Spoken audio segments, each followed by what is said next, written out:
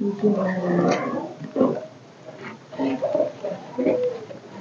हे बरम बाबा, हे काली माई सुनिए तो फसल भी है बर्तन मांजती है। हम यात्रा बना ली एक बार पी के।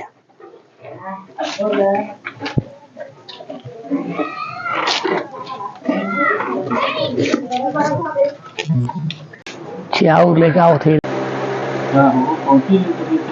चाउर हाँ। अच्छा हम कहे जाते हैं। अरे नौत कही रे बुधन भाई, नौत कहिए तू मार लिए 2 गिलास। ठीक बा, हम पीबो ना। हाँ पियाई। चलो ठीक बा। 100 रुपए का भइल। अरे ढेर के 50 रुपए का भइल है। चलो तब तो हो जी। हाँ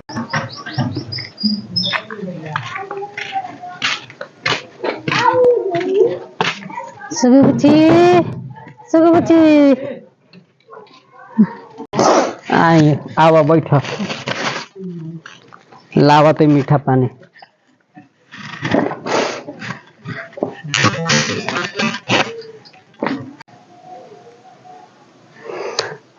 आई हो तो चौरो नहीं छे, पैसो नहीं छे। चौरा का हो गई? 5 गो रुपया बाद जाते बिस्कुट मंगावत लड़का से।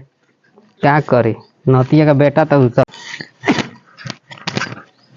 ला लेके आवा दुकान पर से। आवा जा ला पैसा जा, बिस्कुट लेके आवा ना दुकान पर से जा।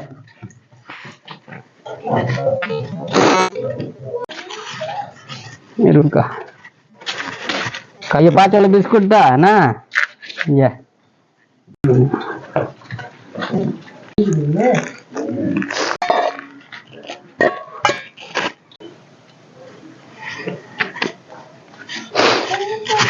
लो भौजी पानी पिया।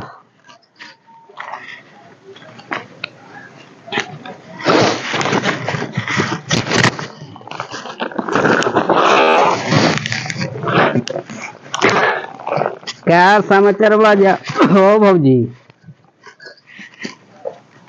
ठीक बा सुगुची, अपन कहा समाचार? अब हम का कहीं देखत नहीं खूब काल कोटा के राशन मिलल ह। एक सुबेरे से न पाता बा बुझाइला गईनी ही। सोचनी चाउर मंगा के पानी मंगावे के बिस्कुट देखत न चौरा न पाता बा। सब चोरी करके कहाँ तक बेचे चल गई बा। कहाँ गए मंगरू जी? अब का जन वो नहीं गई। लौकनी ना हो सुगुची, 3 घंटा हो गई। आ कबे से त ना पाता देखो तो बर्तन मांजत रही। कहाँ गइल है? अरे अब का कहीं नतिया के बेटा ऐसा घर में तो शादी कदलू जा। तो का कर जाओ लइकवा ठीक ठाक देखबे कहीं जा तो थोड़े भीतर समाज में पिया कर बन टिका बा। अरे हम का कहीं तू देखलू नीमन घर आ एकदम पिया की कल गई। अब हम का करी नसीबे हमरा खराब बा। हम नसीबे खराब बा का करी। तो का करबू अब काट ना खोराक तो लड़का उपाय से बिना रहते हसन। हम उपाय से बानी। देखा जोर हमर मिठाई बा अब भगवान के दब हाथ जा बिस्कुट गुड़ बाबा बोल बोलो। देखता बाबू पापा कहाँ हो लिया क्या वजह?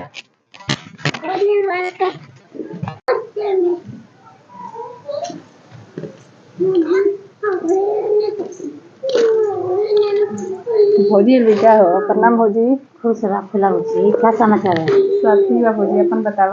हमनियों को ठीक है बका खनी से लग ना लग ना रहे बुधन भैया घर रहे। क्या करते हो? पानी पियलू भौजी? हाँ पियनी। देखना तार भैया कहाँ तक गई कबे से लड़का से तब मंगैनी का जन पिया कबा कहाँ गई बा। तेनी ना देखलो लेको ना गेलो सन लड़का का देखत नहीं खूब मीठा पानी मंगैनी। और समाचार भौजी? ठीक बा अपन कह। सब हमनियों भी ठीक है बा। तखनी से कहाँ रहो? रही बुधन भैया घरे मुझे गई रही। फुलाउची चंगा भेजे बनी आवा मुझे बैठल बनी जाए बड़ी भौजी के जाई बैठल। अपन नाम क्या समाचार है? ठीक है भाई। कहाँ रही ना जा का करत है जा मैंने बैठा रही फूला बुच्ची का खाने सोनी रही ना कौन रही फूला बुची ए फूला बुची का ई कहाँ का बानी ये हमार भौजी के भौजाई हड़ी ई कबे के आइल भाई हम देखत आनी नया हाँ आज आइली है नया देखत आई यहाँ पे हाँ तो आज ही आते बड़ी ना उतरे कहाँ का बाई कहाँ घर पर अरे हमें भौजाई है तो कहाँ का बाई रघुनाथपुर के हैं हाँ हाँ ये हमार ननद है ननद है हाँ हाँ हाँ उनकर भौजाई है हाँ। का समाचार बा ठीक बा अपन कहीं जा हमने को ठीक है बा हाँ ठीक है बहुत देखत है कहीं कखनी से आइल है अभी मंगरू लोकत नहीं थे तो पियाक बाई बड़ी हाँ ओनिए हुकम पियाक बाई सर तनी भेंट उठ कर लेती हो मंगरू हाँ बुधन भाई अरे मर्दे कहूँ वेतना 50 रुपया खरीदे कोइला आए अरे बड़ी काला रही दो रुइया हो काला रहे अरे फूली रे पानी कम डालने रहे पानी कौन डाल रहे हॉल है हॉल का भाई हॉल अरे नशा हो गई भाई।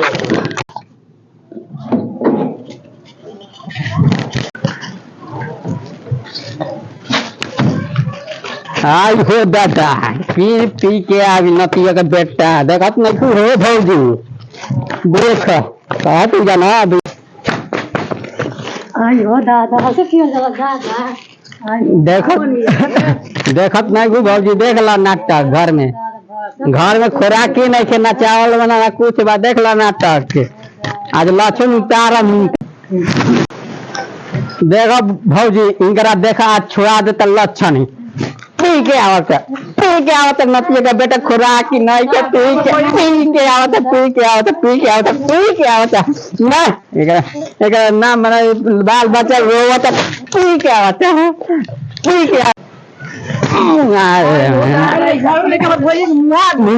देखा तो नतिया का बेटा के नतिया के खुराक हल ही नहीं के ठीक करता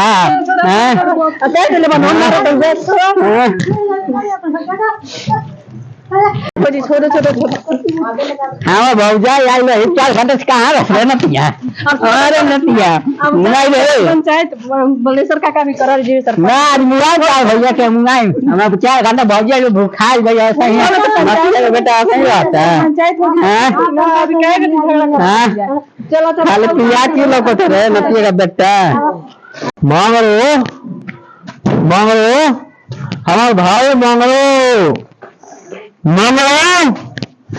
अरे मांगरो हमारे भाई के हाथ खोलो मांगरो को खोलो मांगरो को खोलो मांगरो अरे भाई मांगरो नतिया का बेटा पीला का हमरा मारदा मांगरो को कौन मांगा है रे हमारे भाई मांगरो दोनों भौजी के दोनों मांगरो पिया के होरा मांगरे संग अरे मांगरो भी एक सुनिया समझ बात को समझ हाल बात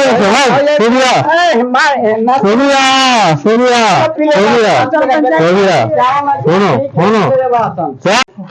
चलो चलो भौजी बटे काका घरे उनकरे इनकर पंजी घरे ले जाके और इनकरा के फैसला करल चलो ना बेटा तो गया जी सरपंच जी देखत नहीं थी ठीक है सब बैठा पीले बता रे अरे हाँ भर हिट गन भौजी आई भाई दिन भर नाटक कैले बान बताई तो पैसा कहाँ से आ जाता है इतना अरे घरों में चावल रहे कोटा मिल रहा है उहे चोरा बेच के पी के नाटक करता हुआ करा के तोरा भाड़सार में ना धर देवे के चाहिए चोरा के जब जाना दिस हमरा एक चोर बा पियो करे अरे हम दिन में तक काम करे हमके कोली पारा देखाई देही देख सुगिया एगो बात बा एकर बाप जब रहे ना तो ऊ अपना मेहरानू के पिए खातिर साड़ी बेच देत रहे एकर बाप तबाह रहन मेहरानू से मेहरानू बहुत तबाह रहे एकर सुधरी नहीं लेकिन एगो बात कहतनी हमारा ही 2-4 गो मेहमान आए वाला बान जी आज भाई केस के रहे दे ऐसे तो 12 केस हमारा भी आई हो लेकिन सब पिए कड़ी वाला एको झगड़ा लड़ाई वाला पंचायत से ना आइल लेकिन का करबे हमार पंचायत के इहे हाल बा न कि खाली पी के आ मेहरानू के पिटना मेहरानू के जेवर को चोरी करके ले जाए के बा लेकिन का करबी से अब हम अपना पंचायत पर ध्यान देतनी कि हमारा पंचायत से शराब पियल हम मुक्त करा दे। ना सरपंच देखी जी हमको पप्पर तनी देखी ना घर में चावल नहीं के ना कुछ बा हमें भौजाई आई भाई खाना ना कुछ नहीं के बनल देखी इज्जत संहारी हम का करी नतिया का बेटा पी के तो सब बेच चल रहा है वो तना 5 किलो से सब बेच के खा पी गई बाल बच्चा सब उपास से बन हम का करी। अच्छा रुक अरे मंगरुआ तू मनबे कि ना मनबे कि ना मनबे कि आपन हम सोटा चलाई तोरा पर आज वो पिए नहीं है कल से ना पीबे कम पीबे आज भी पीलहस आ कल ना पीबे ना कल को तनिका कम मारब तनिका काहे कम मारम तोरा सादा के लिए आदत छोड़े के बा। अच्छा ठीक है बस छोड़िए दे आ ना छोड़बे ना तब पंचायत में गृह घर बनवैले बनी हम चले ना कारागार एगो सब शराबी के ओकरे में बंद कर देबे के बा। अच्छा काल से छोड़ दे आ खाना दाना बंद कर देम। ना जी सरपंच जी ना छोड़म ना तो हम अपना ननद के लेके चल जाए। ना छोड़ दे अरे हमरा कब ना तोर में है होई होई ना शिकायते बाल तो बच्चा तू सुधरबे कि ना सुधरबे काल से ना पिया सुगी हां सरपंच आज इनकर देखो हम केस के पोस्टपोन कर देनी जी ऐसे के दूगो हमरा मेहमान आए वाला बान जी काल के बाद यदि पी लेता ना जी तो तू हमरा भी ले जाई करा के हम बंदी गृह में डाल दे सादा के लिए वही में रही